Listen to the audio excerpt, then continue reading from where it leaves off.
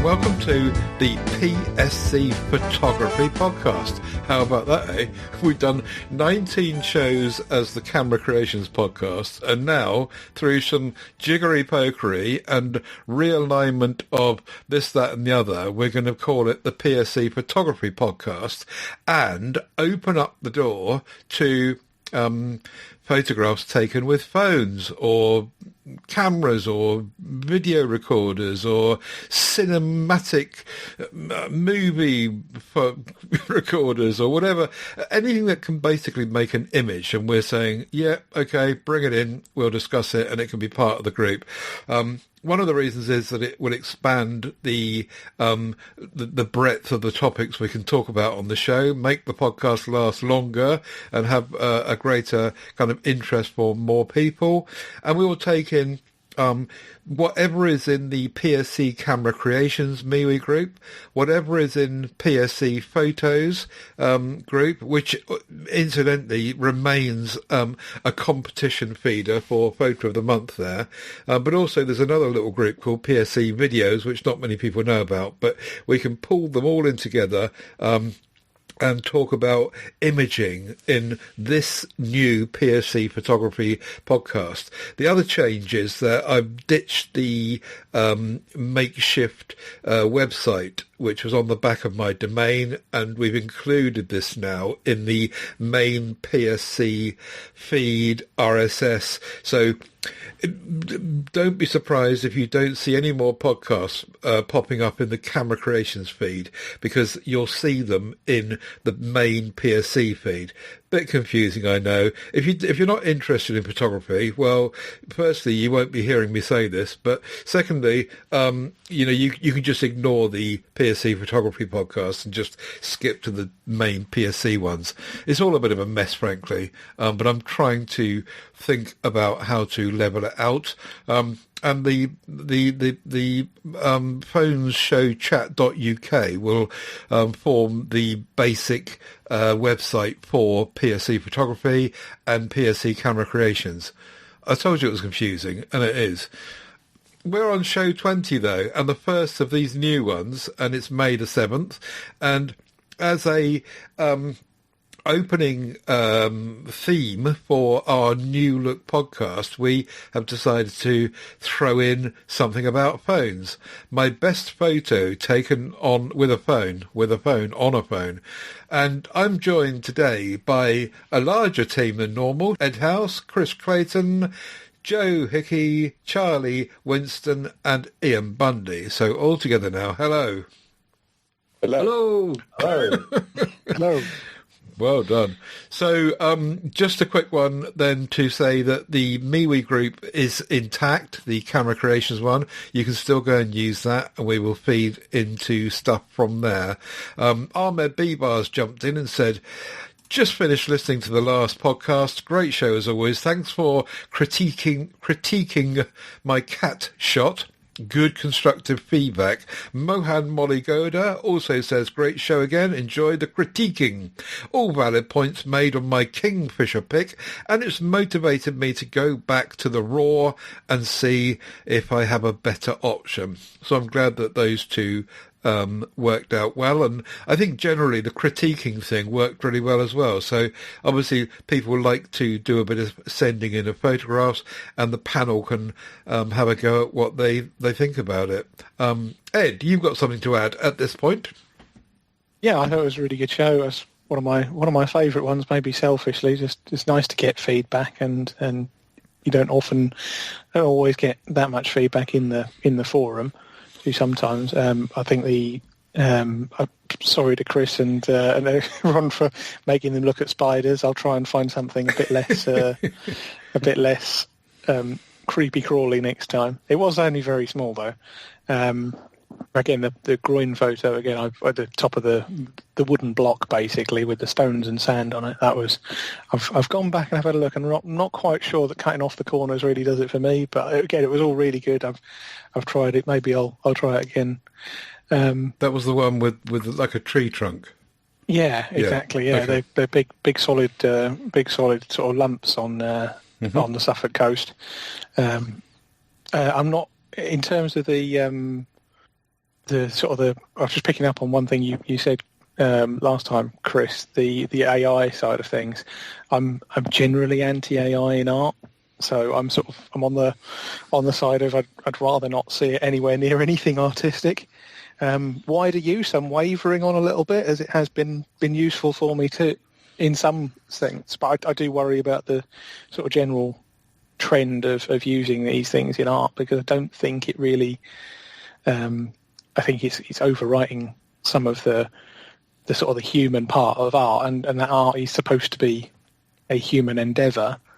And I don't think really when you start using AI on it, I don't think that really retains it. I think there's maybe some people do very specific things with it, and that's maybe okay, but I don't think it's the same as just moving some sliders on, you can edit an image in Photoshop or whatever your equivalent is. But I don't think using AI is the same thing. That brings us to the hot topic of the day, in fact, because in the groups in MeWe, we've been talking about Pete Warner's photograph that he took of a ship leaving Southampton docks, and he. The question came up is because he had it cartoonified. Now he's taken a photograph of the ship with his phone, and he has inside his phone said to Gemini, in this case, an assistant, cartoonify this photograph, and he thought that was okay because the rules of the PSC photo group say that that's all right as long as it's on the phone. However, the issue here is that perhaps it's a bit different, because when you use an AI in such a way, firstly, it takes it off of the phone and does it somewhere else, so it's not actually on the phone. The question is, if he'd taken this photograph of the ship and just used Snapseed? Yeah, Snapseed. If he just said to Snapseed, cartoonify this, perhaps that would have been all right. But the broader question is for the group, and I put a poll up in the MeWe group now to get everyone's opinion on it, is whether that's okay or not. Now, I know that, Chris, you've got some strong feelings about this one way, and perhaps you'd like to lead us through that? I think the issue for me is a misunderstanding of what happens when you send an image to Gemini.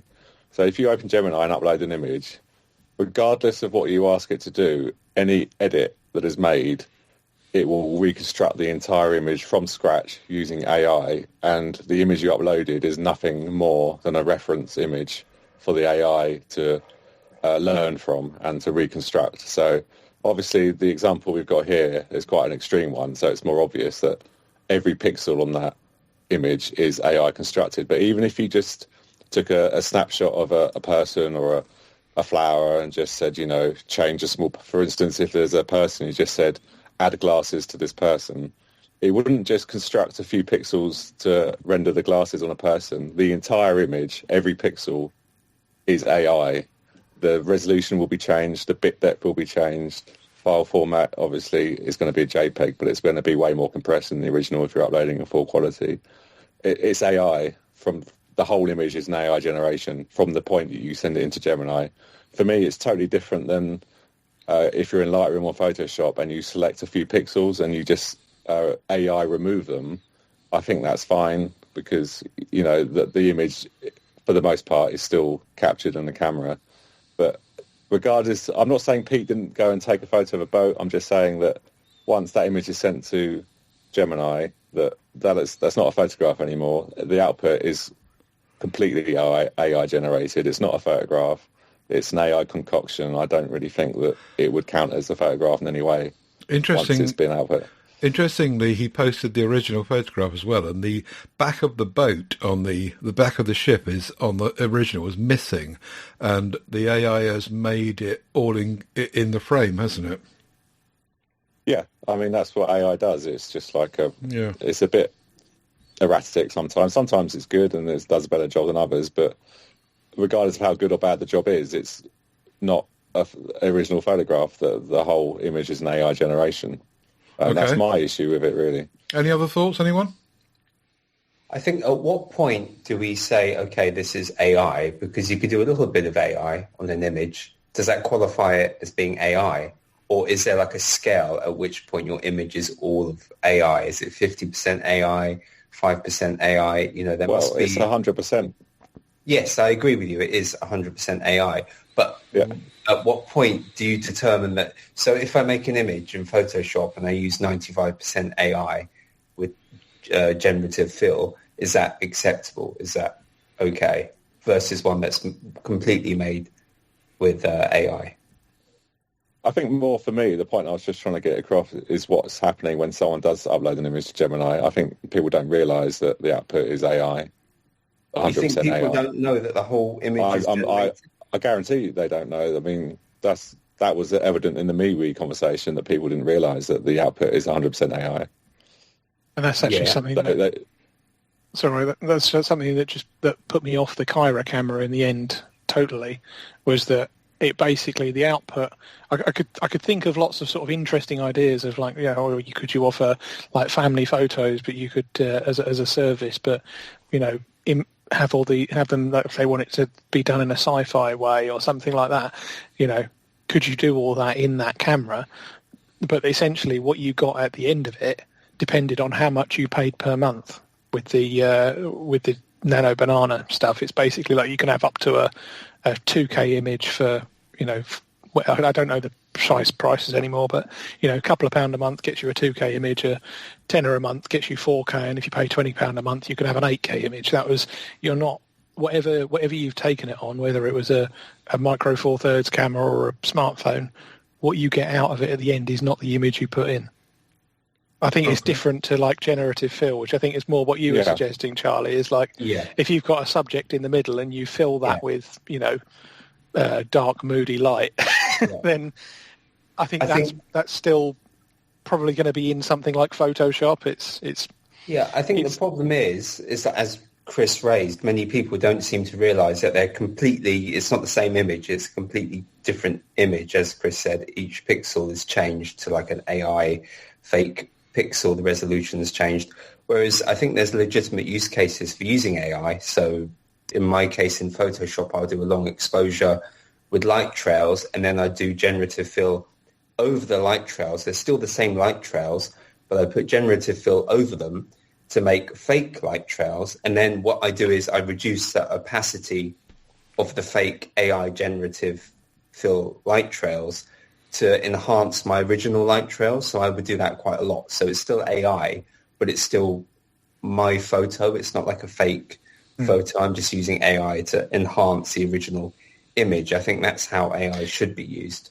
Yeah, and then that's almost no different in my view to things like the AI, you know, whether they're actually AI or whether it's just because that's a good thing to market. But all the noise reduction algorithms market themselves as AI now, don't they? So, and at the end of the day, it's a machine working out at some point. Well, that's the thing with mobile photography. The machines are doing loads of stuff like that anyway, aren't they? So that, like, the bokeh is fake on a lot of these phones because the hardware is just not capable of doing it. So AI has always been there in mobile photography. What I would say about that, Joe, though, is that the portrait modes, they're augmenting existing pixels. The blur is they're blurring pixels that you've captured. Same as if you go into, like, if I add a motion blur effect to a sea or something, it's blurring pixels that I've captured. So the pixels that are blurred are the ones that I captured. But obviously, when you send an image to Gemini, then the whole image, you know, is getting generated. So I just definitely augmenting agree. existing ones. I agree. I mean, one thing we could say is using a photo editing tool that has AI features is different to using an AI, which is Gemini. It is an AI app. It's purely AI. So maybe we'll make a rule around what editing apps are. Well, it's ironic, really, because now the more authentic image is going to be preserved by editing through Photoshop on the desktop than it is by editing it on a phone through Gemini. Mm-hmm. Or any other device. Ian, any thoughts on this whole topic? Yeah, I think it's a tricky one. I mean, just to add to this, I had a play with this. So I took one of my images of a car and put it into ChatGPT to give me some ideas around how you would put a design into this or make this slightly different.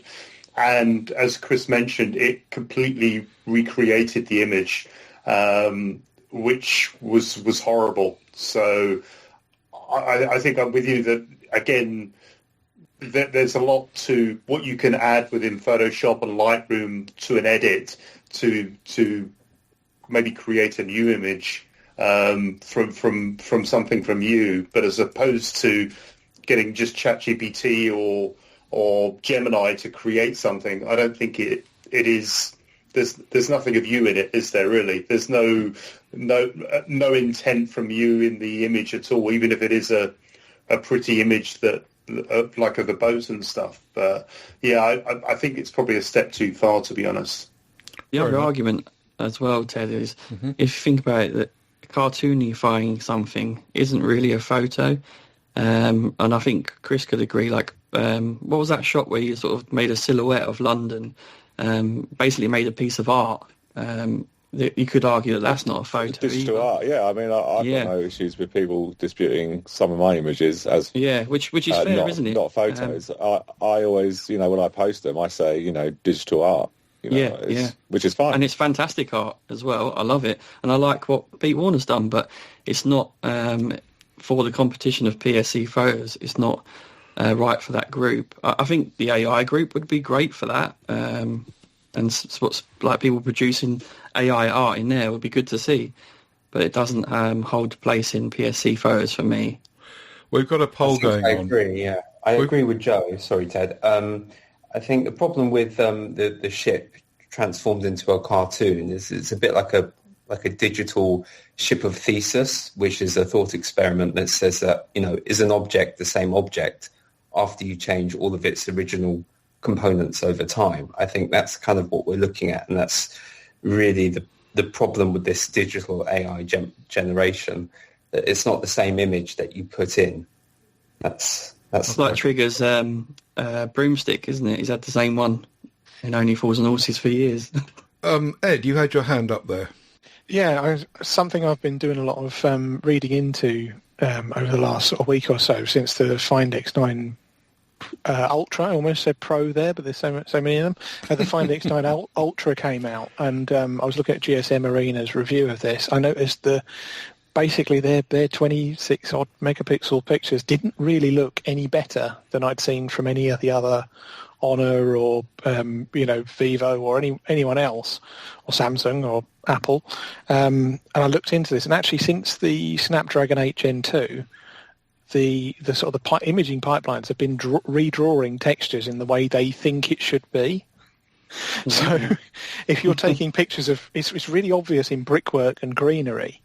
If you compare it to something like the Sony Xperia phones, it's really obvious when there's a proper digital camera type pipeline behind it, because the textures actually get drawn properly. So it becomes hard to separate what is AI.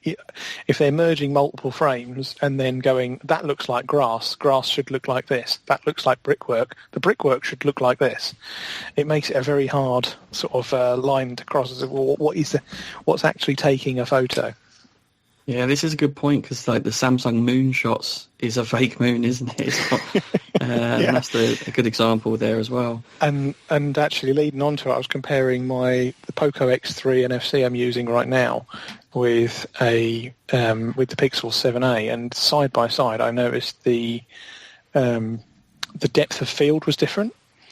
Taking a picture of a static model just to see what the difference was. Because the two, in theory, they've got identical sensors, identical resolutions, same aperture, should be exactly the same. And I noticed the depth of field was totally different on the Pixel.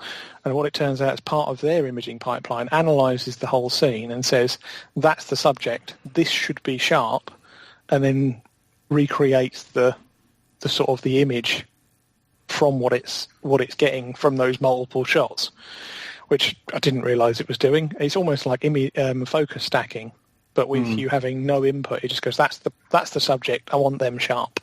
On that note, cameras are using AI for autofocus now, aren't they? So Yeah, it's hitting cameras now. Okay. Keep it out of my But imaging pipeline. The imaging pipeline, is that the same as when you would shoot in RAW or Pro mode on those phones? Yes. Yeah, I It believe is. so. Okay. It's I will double. I have got the RAWs somewhere, so I'll double check. Maybe I'll pop it in the group as a little comparison. When I've run them, I'll run them through a converter just to take them from DNG to JPEG, so I can put them on MeWe. But yeah, I think it's exactly the same in both. The Poco being 6 years old and much lower horsepower has just taken a single shot with a single depth of field. I mean, it's really obvious when you see it.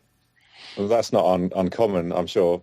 I'd will imagine share not. my scepticism of the Pro RAW, which has sort of deteriorated on the iPhone into this over-processed mess that it's become. People think that's a raw image, the Pro RAW iPhone output, but it's not. It's as heavily processed and exposure stacked and deep fusioned as their JPEGs are. Yeah.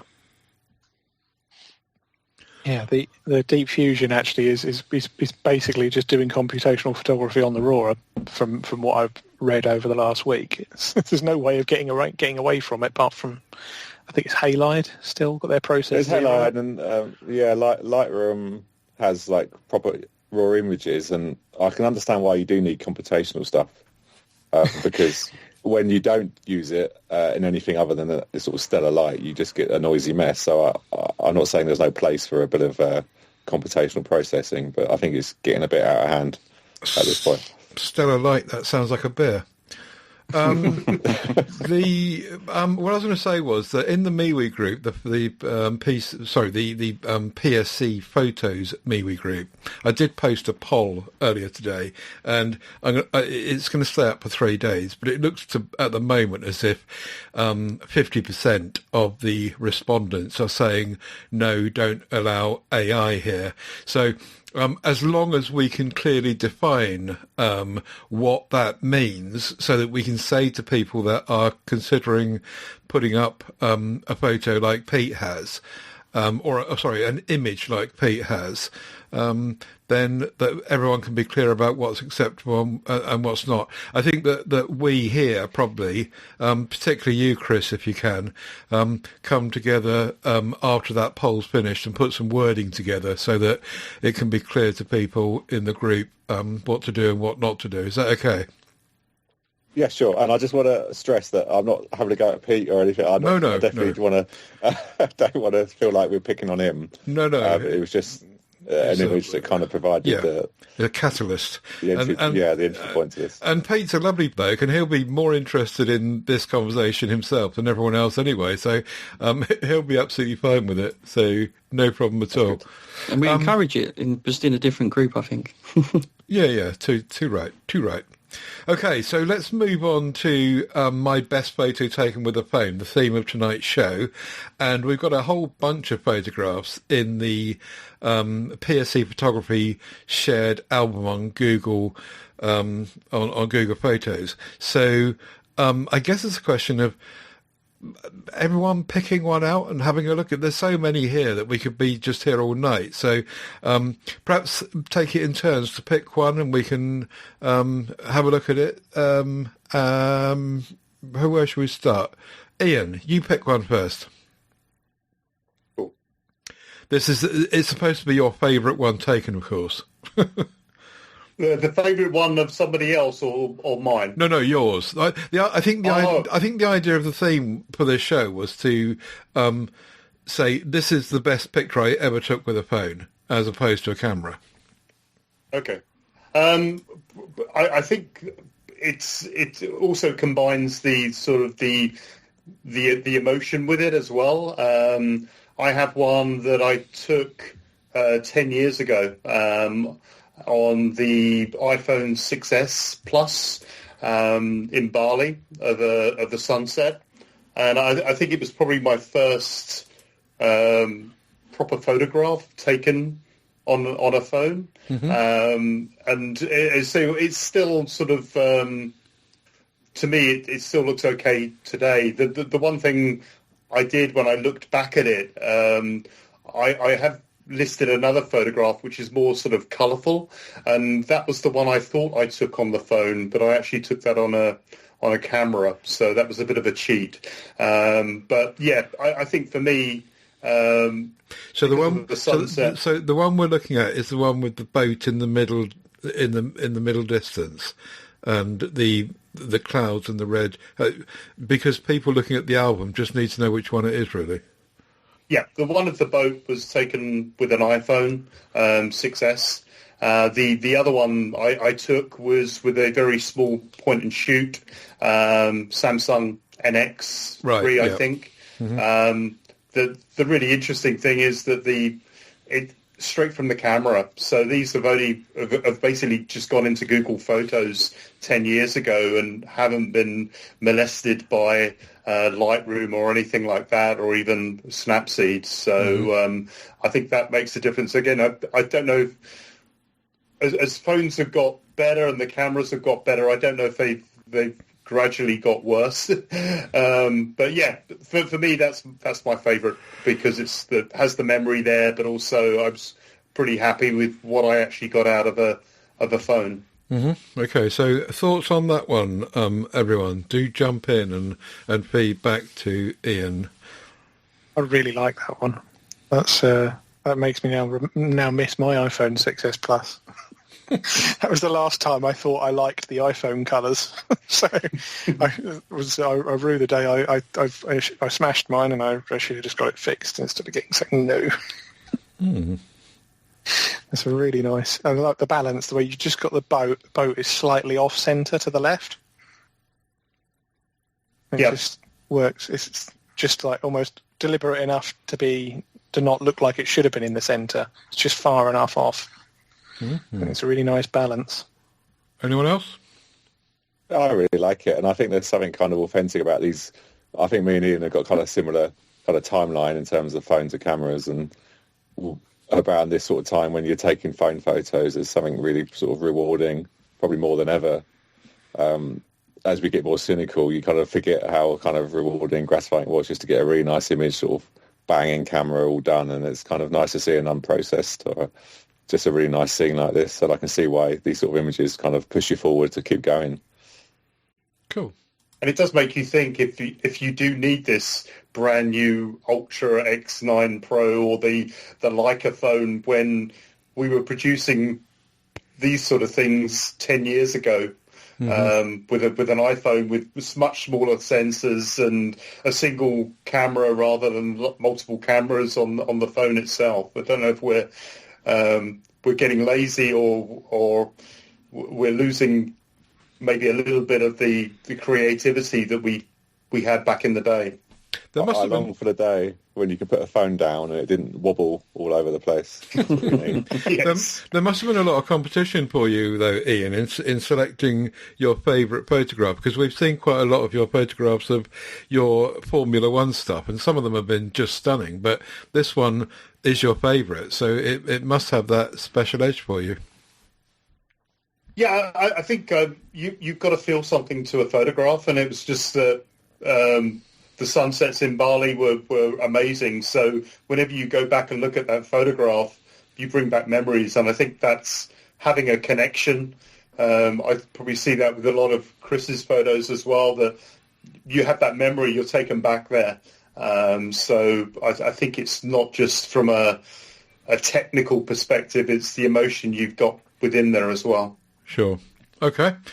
Chris, you can go next. You're the best photograph with a phone you ever took. Well, similar to Ian, and not to disregard your brief too much, Ted, I don't know if it's the best, but it's probably the most pivotal photo I've taken on a phone. And for me, this should be the very first image in the album. It's off of the West Pier in Brighton at sunset. So it's quite a kind of a contrasty blue and orange scene. So this was taken, I was going to check the metadata now, iPhone 13 Pro Max. So this has come a few years into me really sort of getting into photography on the phone, which was kind of spearheaded by my listening to you and Steve for years, and then was desperate to get photo of the week, and I was just sort of taking really crappy photos that gradually got better, and I was getting a few photos of the weeks. And then I got kind of really, really into photography, and just on the phone. And I got the iPhone 12 and then the iPhone 13 Pro Max I used for this. And I came across an app called Even Longer, which I don't think many people will be that familiar with, but it's like a long exposure. It captures long exposures through frame averaging. So it's kind of capturing one image repeatedly and then merging them together to sort of create the illusion of a long exposure. So this image was so important for me because it was kind of the first time I was really out there, you know, dedicated photography with intent. I had my tripod. I had my phone attached to a tripod, you know, at sunset, which probably looked a bit sad, but I was out there and I set this long exposure up for quite a long time. I think the metadata so long it was. Chris, the sequence of photographs in this album are not great. So it's probably best if we describe what it is. Is this the one with the 3 yellow boys in the water? No, it's the West Pier, which is like the burnt out shell of a pier. Is everyone clear about which one it is? I can't see. It's right at the bottom. Right at the bottom. One for me.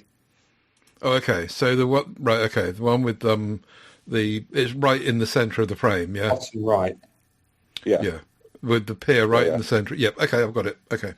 Yeah. So I was out there at sunset, and this is a 5-minute exposure, so I sort of I had no phone to play with because it was taking the image, so I just had to stand there and wait for 5 minutes. So I got this image home, and I was just like gobsmacked that I was able to catch this with a phone. I've got a few problems with it now, looking back at it, but at the time I absolutely loved it. And it kind of was a turning point where I just was out going anywhere I could to get long exposures. I put a couple more in this group as well that I really like. And this kind of led me into the whole photography thing where I am now with the proper cameras and doing a lot of the long exposure stuff that I do now. So for me, that was kind of a really pivotal image, and it was like a turning point. Very nice, yeah. Any thoughts, anyone? I actually remember that period where you was taking quite a lot of long exposure shots with your iPhone. It was really, really good stuff you was posting. Yeah, I just wanted to add that. Mm-hmm. I think the iPhone 13 Pro Max I maintain is probably the best kind of middle ground of processing and camera that the iPhone's ever done. I think once it went to 14, they started getting a bit heavy-handed with the processing. So. 13 Pro Max had a good battery as well, which was it did, photography. So yeah, it was a beast, that phone. Yeah. Very good. Okay, Charlie, what was your favourite shot? My one, I think, the one I took in Hong Kong of the skyscrapers with the poster of the woman. So that I took on the S25 Ultra. And I actually had all my lenses with me, but not the 135 Sony G Master, because I just sold it. So, and I was like climbing up a hill. So I needed something lightweight to take the photo. And I just packed all my gear away. I didn't really want to unpack it just for this one shot. So I just whipped out my phone and just took that photo. So this is lots and lots of buildings, and right in the middle of the frame is a female on. Yeah, okay, a woman on the side. Yeah, of the building. So I wanted a shot with like a lot of compression, and I think the longest lens I had was the 24-70 G Master 2, and it just wasn't enough. So I think I did this one at 5x zoom, and it just came out wonderfully. It was really good. It was a bright, sunny day. The edit I did was minimal. Just made it a bit more contrasty. Played about on the color wheel, and yeah, I was just really happy with that. I think it's usually with a phone, I appreciate the photos more when I really want to make use of the phone, you know, not going out especially with a lens just to get one shot, which is what I usually do, which is a bit sad in a way because I could just use my phone, and that's what I did here, and it just worked out perfectly. So yeah, I'm just really happy with that. Nice shot. Any thoughts, anyone?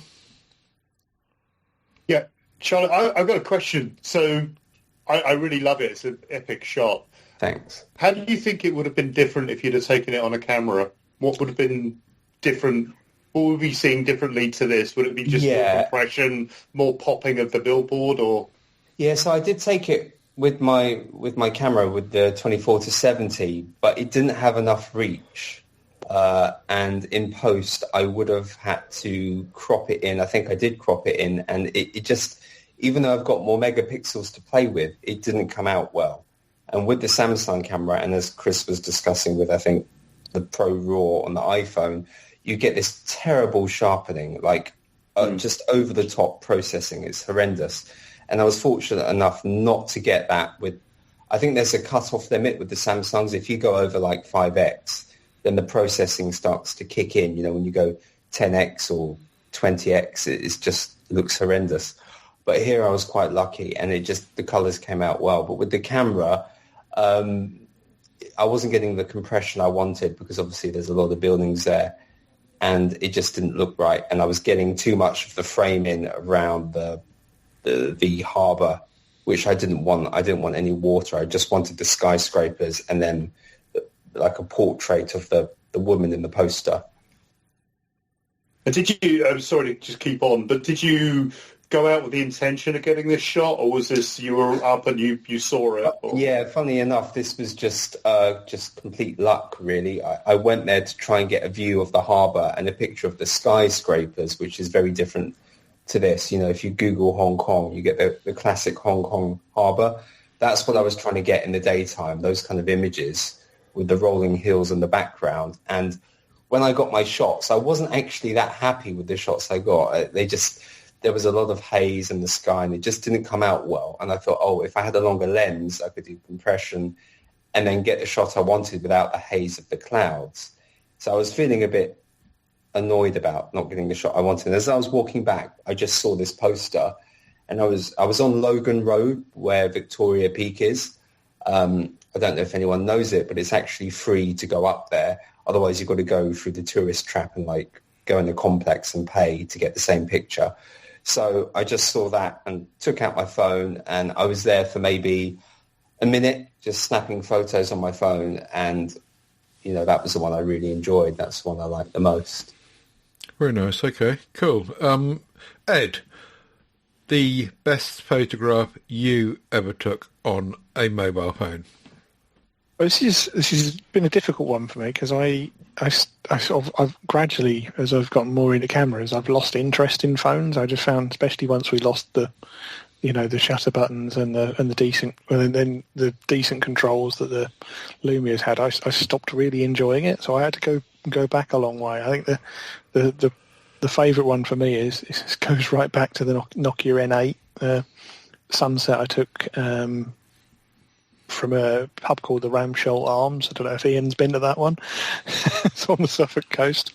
And I just remember being sort of blown away at the time with just how much it had captured. Yes, nowadays it'd probably be looked at and think, well, that's not, that's blown out where the sun is, and the shadows don't have that much detail in them. But it just captured the scene exactly as it was to my eyes. So, and that was, I remember the first time I was like, wow, this phone camera can really do something. So this is the one that's looking out across the water with the sun coming down the middle and an umbrella in the kind of middle right, yeah? Yeah, and you can just about see there's like a couple just very softly lit by the sunset. Yeah. And you can very, very darkly see Adnams written on the umbrella and stuff. There's still details there. It's just dark because it was dark. Mm-hmm. And that's how it should have been. And the sort of the very like feathery clouds in the sky. I was just really impressed with all that detail, and it was really hard to think of anything else that I was that pleased with, to be honest. So that was Nokia N8? Yep. Yeah. Yep, all the way back in 2012. Okay. So this poses the question of what the problem is with mobile photography to a certain degree. It's gone too HDR heavy, because I think this is a wonderful image, but a modern smartphone would have had the whole foreground would have been really bright, and you'd see the couple, and it wouldn't have the same impact. Yeah, I know. I think that's why people like Xiaomi quite a lot, because they try and have more of this type of look out of the camera. Is it the Leica or Authentic or something? Yeah, Call it. Yeah, I have found Ted's very kindly lent me a pair of the Xperia Mark IVs, and I've been playing with those cameras, and I do just find that having a shutter button and access to proper controls makes so much difference to whether I actually want to use it as a camera. So it's been nice to rediscover that. Ed, you say that you don't like shooting with a phone, and you prefer like a real camera. Is that because the phones, as we discussed previously, they're more over-sharpened, and as Joe said, there's more processing and more light in the picture now, so you prefer the older phones where you get this more original image where nothing's over-processed? Possibly, yeah. I hadn't really thought of it from that way. I was thinking of it purely from the ergonomics, because it's that thing. To me, I think it's, if my finger's on a shutter button, I'm feeling like I've got a camera there. Do you know what I mean? But then again, you don't always have a camera on you when you go out, but you always have a phone on you. But I say that I tend to carry one pretty much everywhere. I must get so many looks that I just ignore. I can normally have one in my bag at work somewhere. I'll try and fit something in. Micro Four Thirds doesn't take up that much room. But yeah, I had, you've got a good point there, and it's probably also because I'm just not enjoying the output so much. But I was really impressed with the Xperia 5.4 in particular, the little 2.5 times camera, which matches 60mm equivalent focal length, matches exactly a lens I've got on Micro Four Thirds and an old Nikkor lens I've got from the APS-C. I think everyone here would agree with having a viewfinder is obviously better, but it's always a balance between convenience, isn't it, with a phone versus having the ergonomics and the proper viewfinder. Definitely. And Sony, having that Sony, I was first shocked at how sharp that 2.5x camera is, but also then having sort of that caught my interest, I then started looking at the actual pictures, and their processing is so much more natural. So I think that's maybe something I need to play around with a bit more and see just how much that brings back the enjoyment. But I suppose it's hard to separate it from the ergonomics as well, though, because it's on that phone. Yeah. Talking about processing again, and I think Chris will be able to help me out here. With the Lightroom app on my Samsung and presumably on iPhone as well, it removes the sharpening from the camera on the phone. So if you wanted to shoot on your phone without the horrible processing, you can do that just using the Lightroom app. That's quite good. Don't know, Chris might be able to expand on that, but it's really good if you just want like a default view from your camera. It's taking a genuine raw image from the sensor, but as I said before, that is fine in good conditions, but as soon as you get in anything slightly lower light, then you're going to be faced with like ISO through the roof and a really noisy image where exposure stacking does make a bit more sense. What would be nice is if you could kind of augment what processing is done in terms of exposure stacking and sharpening and noise reduction. I'd probably just take the exposure stacking and leave everything else. But you can get raw images, but the sensors are so small in the Samsungs and the iPhones that you need to be going up to the 1-inch Chinese phones, I think, to make it really worthwhile to get a genuine raw image out of it. I've often found that I don't tend to want to process my phone pictures, because again, it's that I use the phone for convenience, not because I've got any intent for it, I suppose. So I don't tend to think that way. But that has been, I've had my position knocked by the Xperias, shall we say? I'm questioning my reasoning again now. Okay. Joe, let's go to Joe next. And I might have to refresh because I've added some in there. Again, okay. I wouldn't say they're my best, but a phone that I was quite fond of is the X100 Ultra, my only Ultra phone I've had. And you can see the merry-go-round. It was going very, very fast. This was on auto mode. And you see the shot of the man I took and where he was. Like the telephotos really captured it really well. The shutter speed was good. This was on auto. Like you'd think that'd be an absolute mess on the phone. but it's come out quite well. I thought, at least. I don't know what you guys think. It's a great photo. I really like that. Thank you. Well, I mean, I was a bit in shock that he actually nailed it. I didn't expect it to be able to do it on the phone. So we're talking about the guy, the one with the guy's head in the middle, are we? Yeah, looking confused. Yeah, okay. You can see where I put the wider shot just to show you whereabouts he would be situated in there and how far away I was. Yeah. And yeah, it's come out really well. And I really do like taking photos of people taking photos. So the London Eye one there, my friend taking a shot. I think it got the exposure really well there as well. Cool. Okay. Nice one. And the BlackBerry, I like the BlackBerry. Yeah, I was really impressed with the detail and the bokeh and like the natural bokeh. The phone really performed really well with that. Again, this is auto. Like I'm very lazy. I'd never really go on pro modes on phones, and I was really quite impressed by it. This is all X100 Ultra. These. Yeah.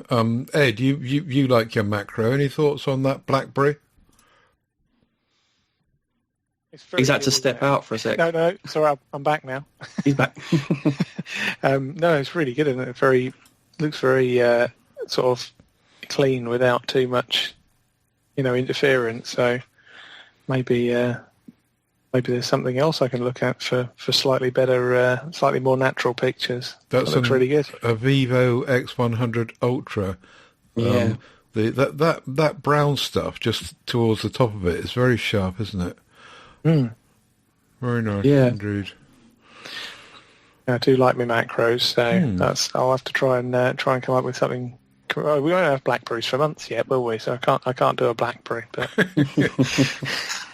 okay. Go and do a test. The one that I wanted to throw in the pot was my snooker picture, which sees the light of day every now and again. I took this on a.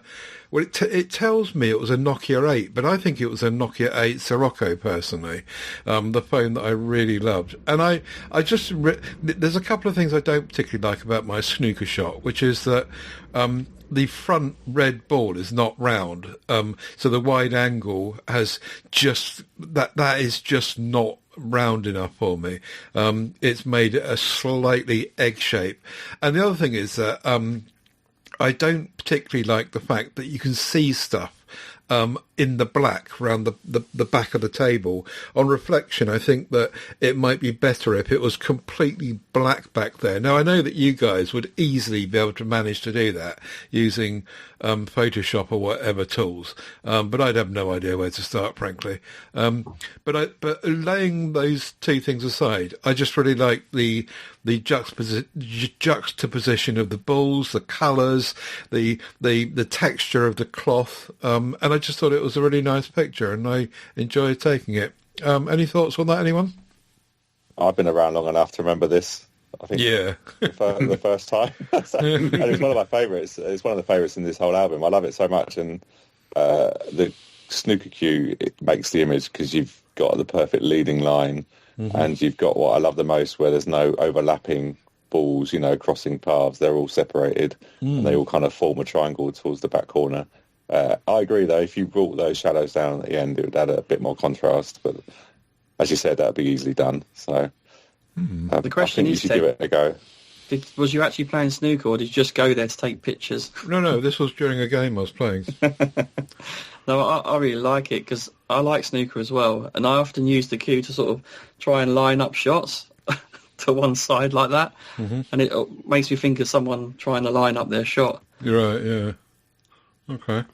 I'm rubbish at snooker, though. I just think the colours are nice as well, and if you look at the as you tend to get with snooker photographs, the reflection, the shining of the lights above the table coming down on the balls at different angles. I like the whole kind of way in which that worked. So is there anything I can do to make my near red ball not egg shaped? Not really, but I wouldn't want to anyway. I think I like it. It kind of adds to the kind of the leading lines from the corners. Yeah, personally. Yeah. I like the different texture on the cloth as well, like the darker and lighter areas all the way across the whole table. Mm-hmm. Cool. Okay, thanks very much for that bit of feedback.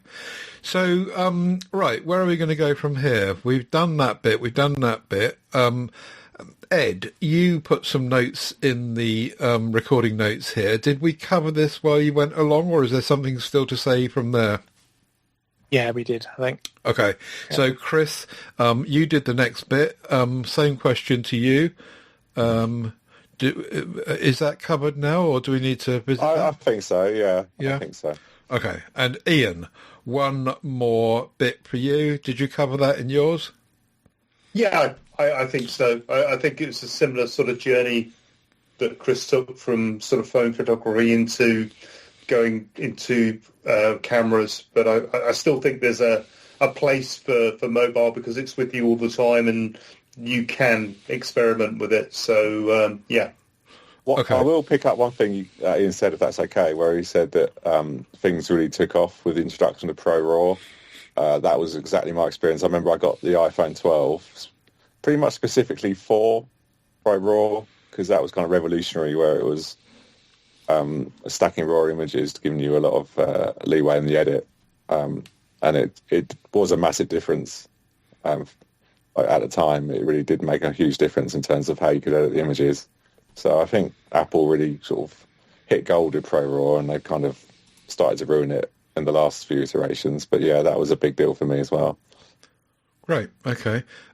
We did invite members of the group to put their photographs in the album, and I think the only one outside of us to have done that is probably, as he scans through to check, Chad Dixon, who's put in a photograph he took with his Samsung Galaxy S25 FE, which is a picture, a black and white picture of a bunch of people walking up and down some stairs, presumably at some London tube station, which I guess is up for critique. So let's have some thoughts on that one. Has everyone got that in front of them now? Any thoughts? I like it. Yeah, rule the thirds. And I don't know, it's quite interesting because all the people in the bottom left are kind of in black and all the people on the top right are in white. Yeah, there's like really a nice triangle, contrast. isn't there? Like a diagonal line where the top half, as you said, in white, and then the bottom half are all wearing black. Yeah.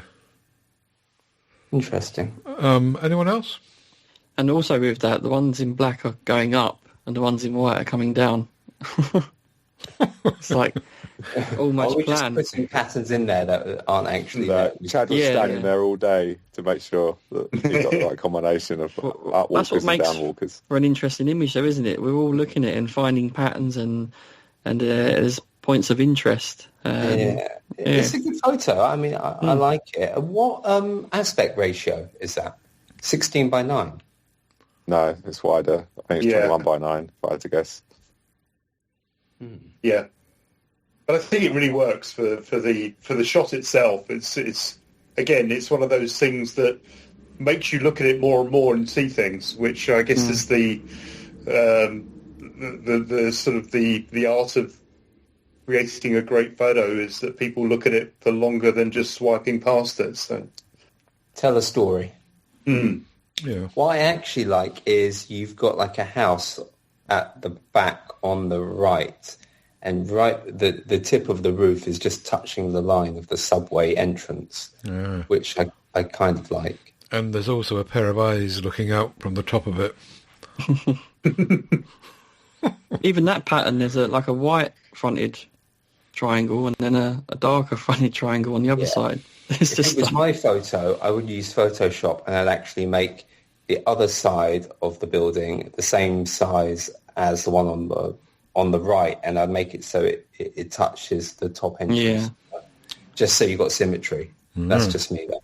The only thing that catches my eye, which is annoying, is see the muck on the stairs on the right, on the white bit of stairs.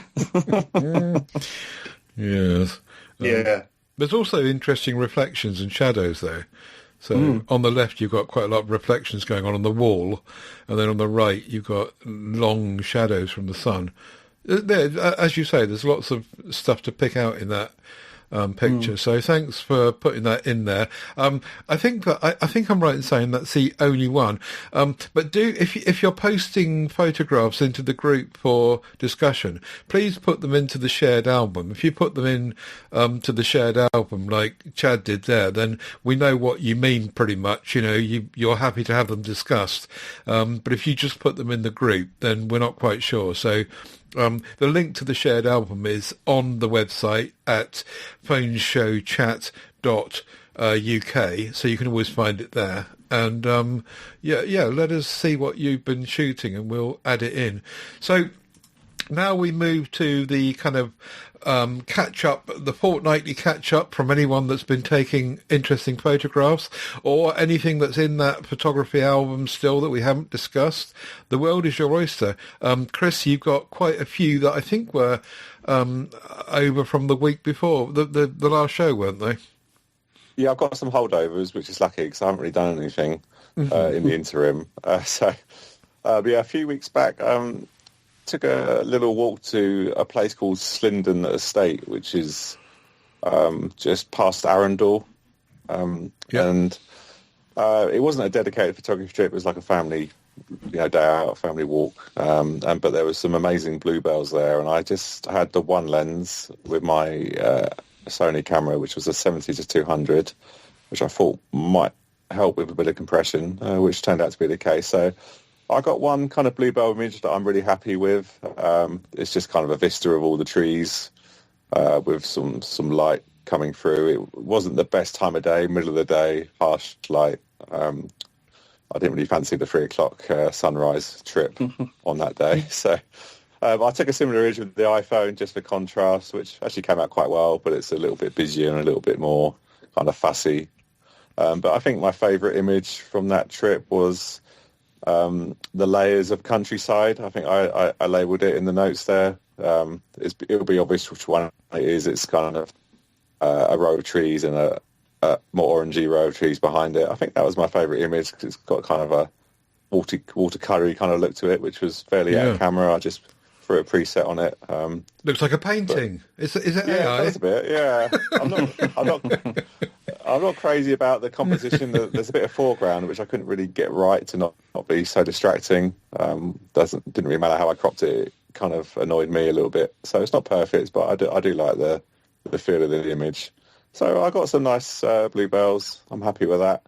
A couple of macros as well. I think that the foreground green matches the background blue sky in terms of position in the frame, doesn't it? Yeah, that's what I was going for. Yeah, right, okay.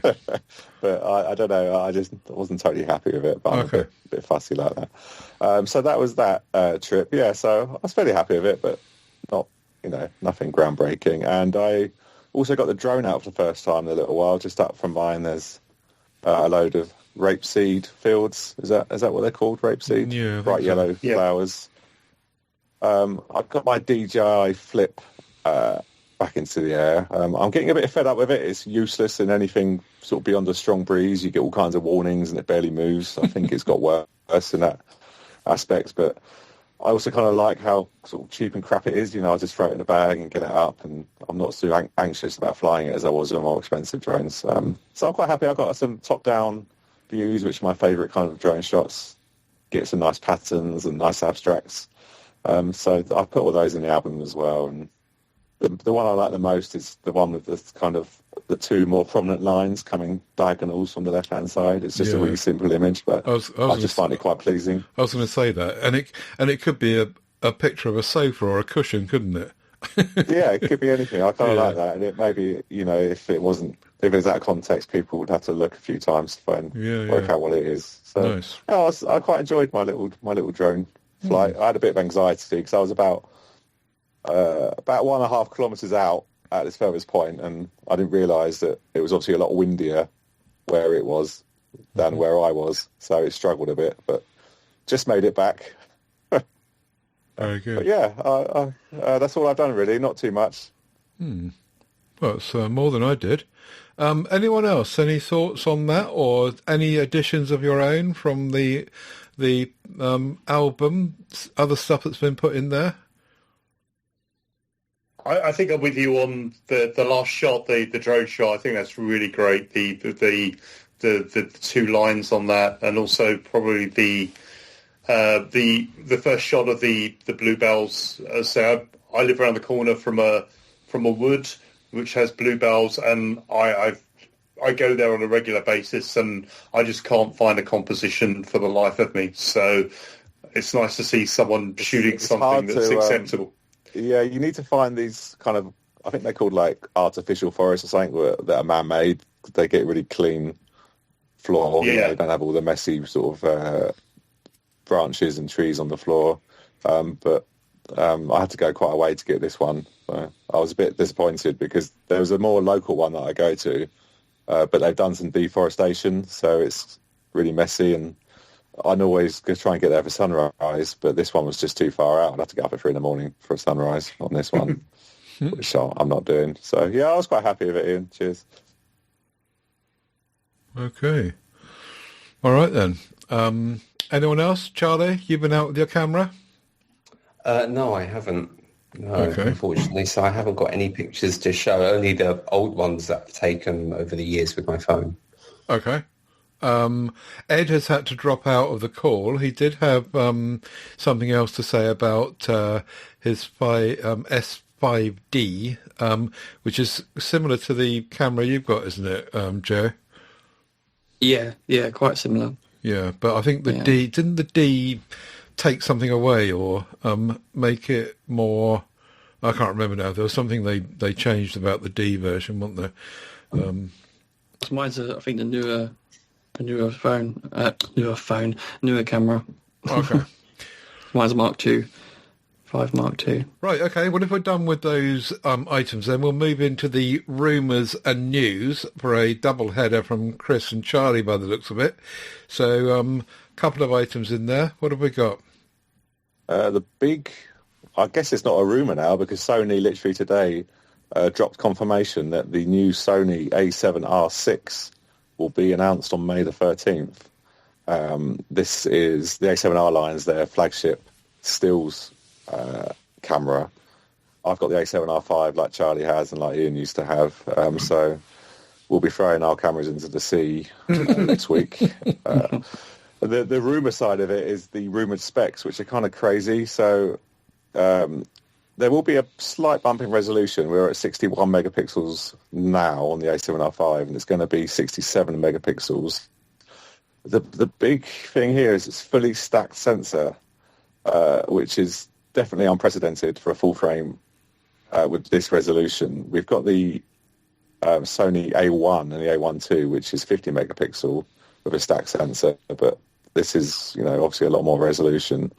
And to have the kind of speed that a fully stacked sensor will give you is going to be interesting.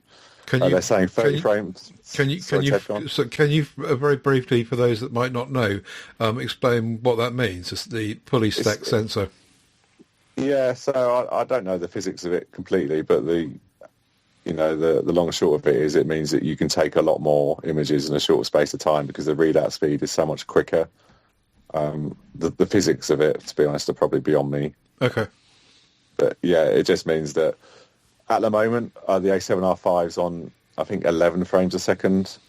And now they're talking about 30 frames a second, full RAW, full 14-bit RAW, which is kind of crazy for this kind of resolution because typically the higher the resolution, the slower the readout speed because there's so much more data to capture, which is why a lot of the higher speed cameras are lower resolution, like the A9 III or the Canon R1. So this will be interesting, but it's not also, this isn't the only big news on the camera. They're talking about a whole new body design, a whole new UI, which is what I'm really interested in. There'll be a new battery format, which will be replacing, I think, about 10 years history of the SZ1000 battery. So they're talking about 50% longer battery life. The main issue with this camera is that it's kind of going to be better than the Sony A1 II, which is their best camera for less money, although this camera is going to cost around $5,000. The A1 II is at, I think, $7,000. So There's a few confused commenters on the Alpha Rumours site asking why would anyone now buy the A1 II for 7,000 when this camera kind of seems to be way better, way newer, and it's going to have a whole new UI for a couple of grand less. So I was sceptical of this camera at first. Now I'm really, really interested, especially in the new UI, because banging on about it for ages how old and sort of bedraggled these old camera UIs are. So I'm hoping they really try and push it forward and have a bit more of a kind of a phone interface, a bit more intuitive. Yeah, but would you spend £5,000 on a... Well, no, I haven't got £5,000 to drop on it, but if I did, I'd be more interested than I was seeing what's coming. How much realistically we get for your body? I think, Charlie, you looked at this, didn't you? Didn't you see how much you'd get from MPB when... Yeah, I think for my one, for the A7R5, you're looking at about... I think they're offering like 1,500. Yeah, not that much, really. Yeah. So you're still going to have to find, even through eInfinity or someone grey market, you're still going to be looking at another 2.5, $3,000, aren't you? Yeah, no one's going to pay that. I mean, like, okay, it's better than our cameras, but for what? I mean, you know, the A7R5 is incredible for low light. What are you actually paying for? Incremental improvements? I mean... Yeah, it will all be iterative. Yeah. But you still want it, don't you? Yeah. Yeah. I mean, I didn't really need to go from the A7 IV to the A7R5, but I did it anyway. That was a far less expensive upgrade than this would be. So, I realised what I said when I said about selling your body could have been interpreted the wrong way, so I'm glad you guys realised. Yeah, I'll get a lot less for that one. So we'll see next week, but also on the same day, another sort of confirmed rumour, if that's a thing, is that Sony are finally replacing the ancient 100-400 with the 100-400 fixed aperture f4.5 internal zoom lens. This lens is obviously going to be amazing, GM branded. It will be optically perfect. I wish I could afford this lens. I had a couple of versions of the older one. I wasn't happy with it. I'd love to have a go at this one. But again, they're talking about $5,000 or more for this camera, for this lens. So I'll just be watching the reviews, I think. And someone's added in, I don't know who it was it you, Charlie, or Ian? The Nikon. Yeah, I think probably the real news this week was the coming soon, the Nikon 120-300 2.8 with teleconverter. I can see this being probably a lot more than the Sony camera. There's no prices or anything yet, but I would love this. What's the weight though? It looks pretty small, and if you look at the 400 prime, I mean that's definitely serviceable. But I don't think. I mean it's a professional lens, but with the teleconverter built in and experiencing the 400 2.8, it is. It's the best lens I've ever used, so I'd imagine this being very expensive, unfortunately. You'd get what, 400 f4 with the teleconverter, or 420 f4? Yeah. So which is amazing by itself, isn't it?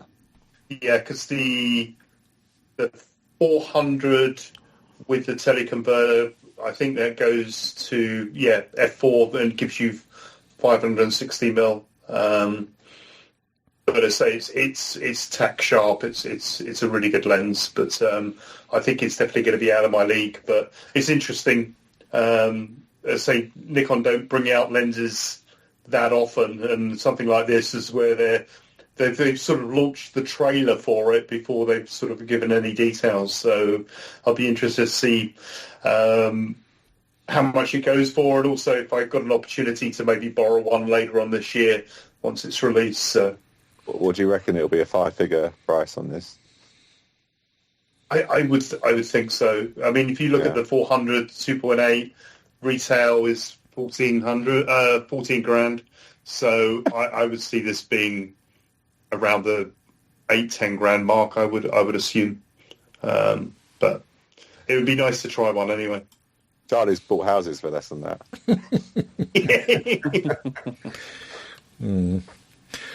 Very nice. Okay, start saving everyone for all that lovely gear.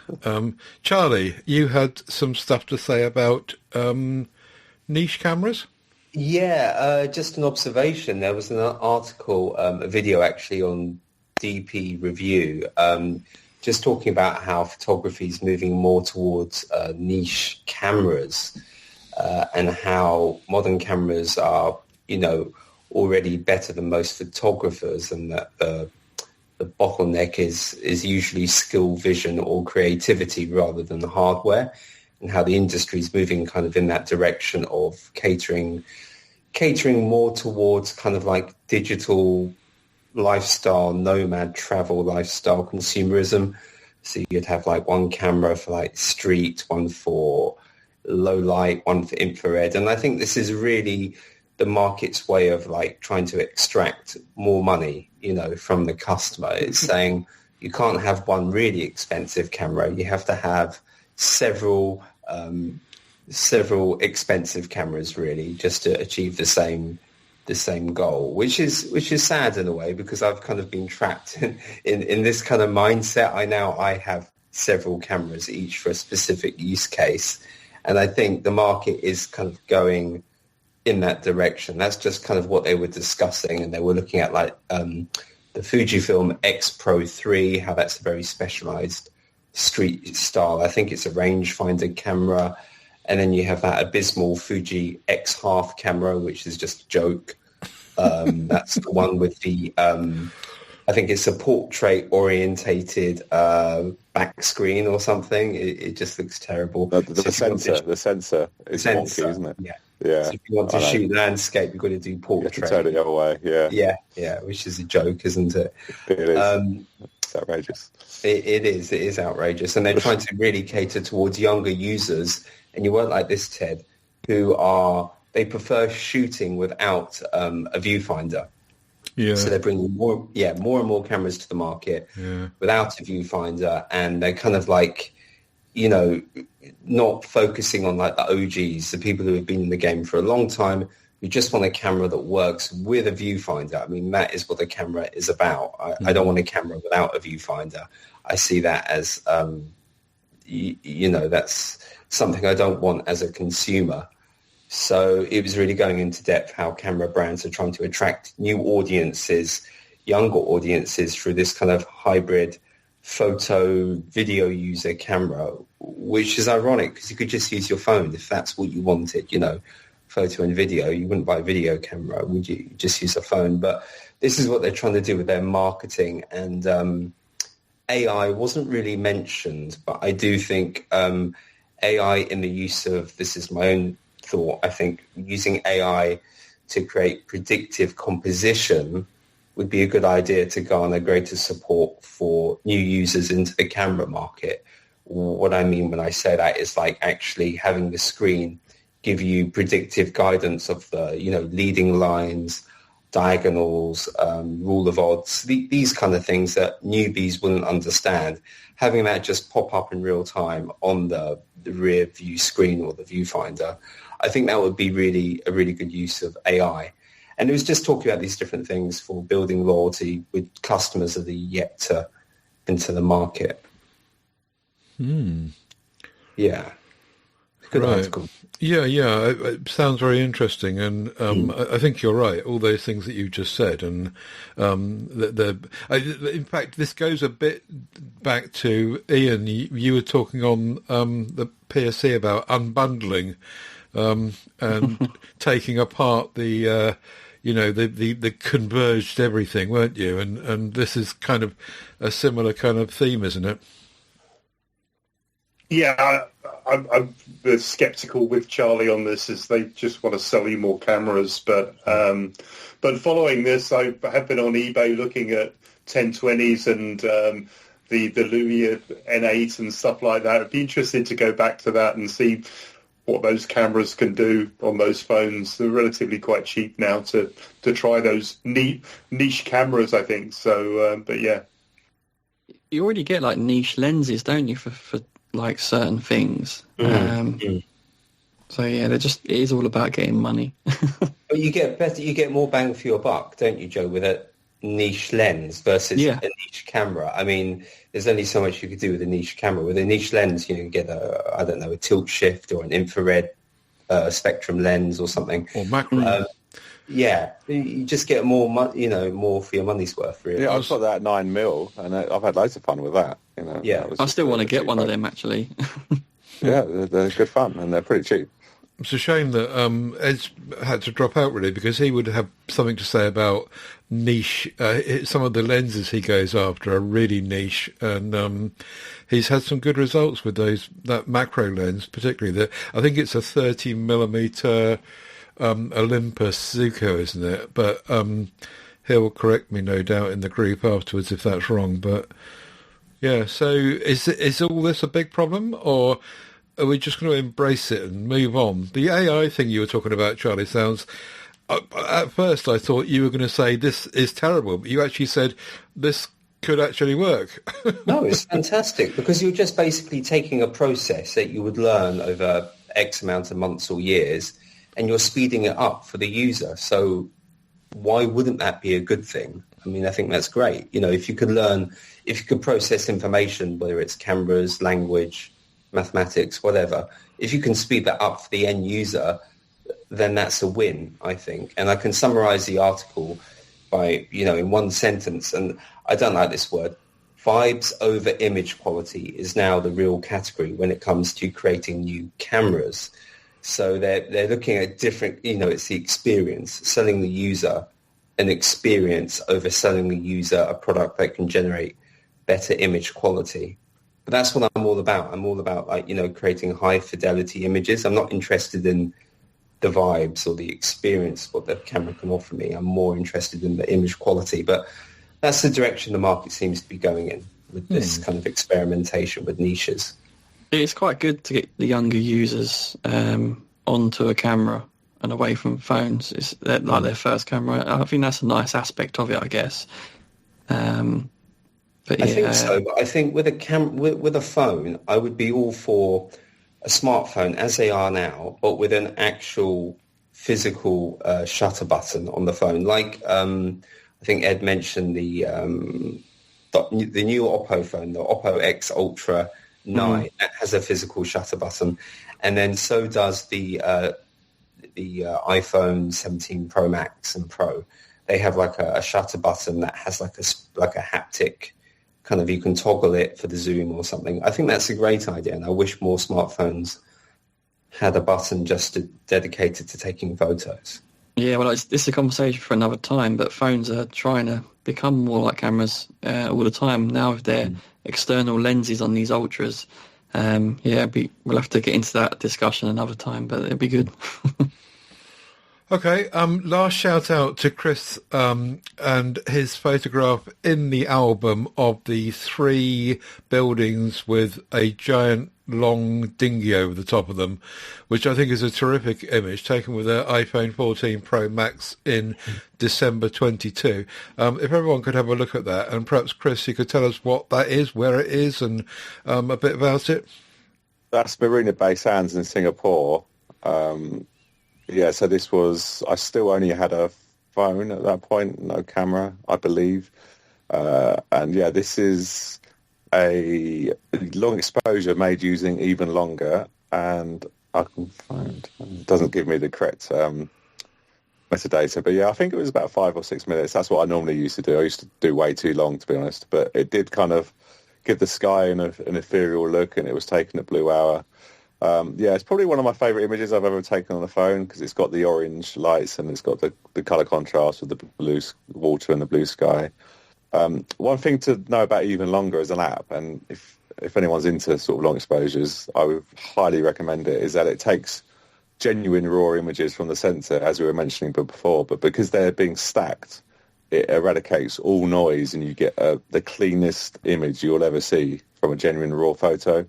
It's cleaner than I get out of my Sony now, because it's stacking so many raw images that all the noise is gone, and you just get pure detail, and there's no processing other than the frame averaging. I just really like this image as well, Ted. It's well-centered, and it's got a minimal amount of colour, but just enough to pop. Very nice. Yeah, Singapore. On the right-hand side in the album, it says 1,113 frames in 3 minutes and 1 second. Oh, yes. There you So, go. I've just seen that, yeah. Frame averaging mode, yeah. Right. Yeah, 3 minutes. Very good. Yeah. Anyone else want to say anything about that before we finish? I just wanted to mention a different image that I really like. The lady holding the umbrella on the zebra crossing. I love images with warm tones and cool tones in them, with the orange and the blue.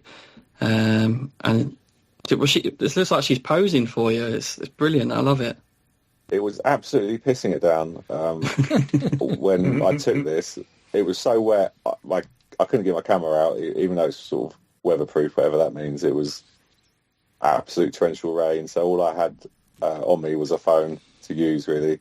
And the streets were empty. That's how wet it was. And normally it's Tokyo. You can't move for people, so that'll tell you how horrible the weather was. Yeah, and I think she was like out there trying to sell something to people walking past, the tourists, but I just kind of crouched down in front of her and took this snap. And to be honest, I didn't even see the person crossing the road behind her. That was just a lucky accident. And that's brilliant, yeah. Yeah, it makes the image for me.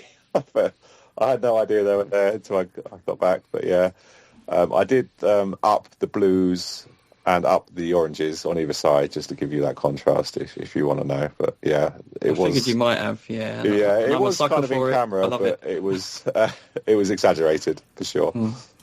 Very nice. Okay then, thanks very much, gents, and we'll be back in for another show as long as there's enough people to build a quorum here on the 21st of May, Thursday the 21st of May. If you are a photographer, whether it be with a phone or camera, and you want to come on the show, join in the band and talk about, particularly as we include cameras in phones now, then do give us a shout and do offer to come on. You'll be very welcome to join the happy band here. The website, don't forget now, is part of PSC, so you'll find all the stuff about this show on phoneShowChat.uk, and also in the feeds for PSC, the Phone Show Chat, in terms of RSS and in your podcatchers and all the rest of it. So do try not to get too confused. Give me a shout in the MeWe group if you are confused, and we'll try and point you in the right direction.